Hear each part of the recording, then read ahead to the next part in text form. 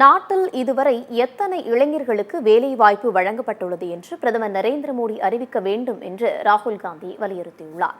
பீகார் மாநிலத்தின் தலைநகர் பாட்னாவில் இன்று ராகுல் காந்தியும் ராஷ்டிரிய ஜனதா தளத்தின் தலைவர் தேஜஸ்வி யாதவும் கூட்டாக தேர்தல் பரப்புரையில் ஈடுபட்டனர். அப்போது கூட்டத்தில் பேசிய ராகுல் காந்தி, பிரதமர் நரேந்திர மோடி தம்மை பரமாத்மா என்று கூற தொடங்கியிருப்பதன் பின்னணி என்ன என்று கேள்வி எழுப்பியுள்ளார். தேர்தல் முடிவுக்கு பிறகு அதானி குழுமத்திடம் அமலாக்கத்துறையினர் விசாரணை நடத்தும் போது பரமாத்மாவுக்கு எதுவும் தெரியாது என்று கூட கூறுவார் என்றும் ராகுல் காந்தி குற்றம் சாட்டினார். இத்தனை நாள் தேர்தல் பிரச்சாரத்தில் நாட்டில் எத்தனை இளைஞர்களுக்கு வேலைவாய்ப்பு அளிக்கப்பட்டிருக்கிறது என்பதை பிரதமர் வெளிப்படையாக அறிவிக்க வேண்டும் என்றும் ராகுல் காந்தி வலியுறுத்தினார்.